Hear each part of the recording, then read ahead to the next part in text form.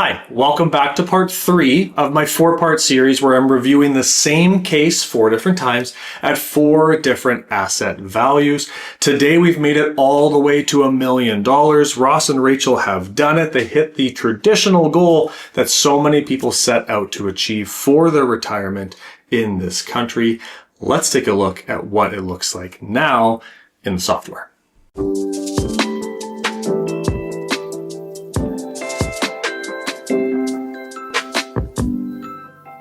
So if this is your first video in this series, let me catch you up a little bit. 2 weeks ago, I introduced you to Ross and Rachel. They turned 65 January 1 next year. They retire the same day. They had $500,000 of investments split between RRSPs, TFSAs, and non-registered. They want to spend $60,000 per year, and their baseline projection before I did any planning whatsoever was at 105% goal achievement, which is great. Once I started factoring in some extra spending and some unforeseen expenses, though, it kind of started to collapse, and they ran out of money at about age 81, and we had to make some pretty drastic changes to make that financial picture work. Then last week, I did the exact same case, but now they had $750,000, and it's not rocket science to see that more money makes financial projection look better. That's obvious, right? But we were able to look at the impact of just how much more spending that they were able to do. And then at the end of that video, I was able to look at, well, what if they just worked more instead? They had $500,000 and they worked an extra only 2 years. And it came to the same goal achievement for their baseline as compared to having 750,000. So we're going to do the exact same thing today, except now they've got $1 million. And we're going to do the exact same thing today. We're going to see just how many more years they would have to work if they had $500,000 to get to the same goal achievement as having $1 million. And again, just like last week, feel free to wager your guess in the comments below of what that number would be. Once again, I bet you it will surprise you. All right, so let's get into some of the numbers. The original baseline, like I mentioned earlier, had a 105% goal achievement score, which means they had overshot their target by about that much. Now, their baseline projection is showing 156% goal achievement. That's a pretty massive difference. In my world, anytime it's over 150%, I refer to that as level 4 financially independent.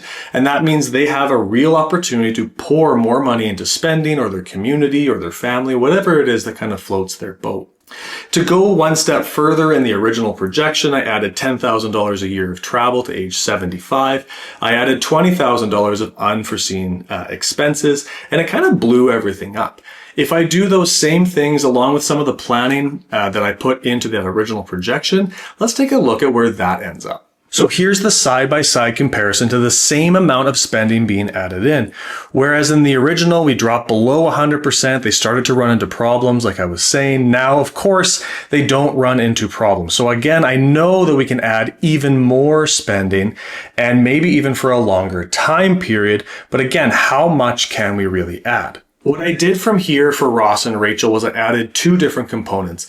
Number 1, I extended their $10,000 per year of travel, which just as a reminder, I do have that number inflating.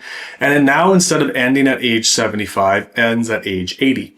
Along with ending at age 80, I added extra fund spending. And again, you can use your imagination how you would fill that spending, but that's another $20,000 now all the way to age 80. And in this case, we are now only into the low 100s, about 109% goal achievement, which is absolutely fantastic. So what does that 109% goal achievement actually mean to Ross and Rachel? It means that over the time period of this entire projection, we have added $456,000 of extra spending on either themselves or their community. And if I scroll all the way down, we've added $400,000 to their after-tax estate. So that extra $500,000 that they have at age 65 has not only led to them being able to spend almost $500,000 more on themselves, but their estate is also seeing a $400,000 impact. It is disproportionate. This is where the power of compound interest really shines, where it's a disproportionate impact to Ross and Rachel. Now, going back to the intro where I talked about how many more years do you think it would take for Ross and Rachel to work to have the same level of goal achievement score as the $1 million baseline? Last week, the $250,000 was offset by only 2 years of work. Shockingly, this week, it's only offset by 1 additional year. 3 years more work for Ross and Rachel. And again, I argued last week, and it's the same thing here, that it's not so much about the investing that they would do in those 3 years, although that's great, continue doing that. It's about the not withdrawing in that time. And here are the numbers. The baseline based on $1 million of assets is 156%. The baseline on 500,000 of investments, but working 3 additional years, doing some investing along those years, of course, but not withdrawing is 152% goal achievement. So I would call that even. Let's take a look at a specific number as well. This number here, this column represents the total amount of investments that Ross and Rachel have at the end of a particular year. So this is the version where they have $1 million at age 65. And by the time they get to 70, let's say, it's projected that they will have $1.13 million of total assets by that time. If I switch over to this one, so this one was they started with $500,000, they worked 3 extra years. Yes, they did a bunch of investing in that time, based on their each making $75,000. That same column at the end of age 70 is $800,000. If they had started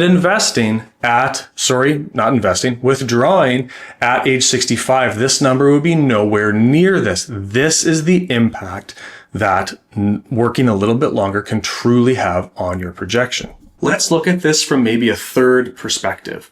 What if you have a loved one who just passed away, or maybe is about to pass away, and you were anticipating retiring maybe in 2028 or something like that? It might be worth reviewing your financial picture to see the exact reverse of what we just went through. Maybe now is the time that you can retire because of that inheritance or windfall, whatever it is. If it is time for me to review your financial plan, there will be a link in the description down below. It comes directly to me. Till next time, keep planning.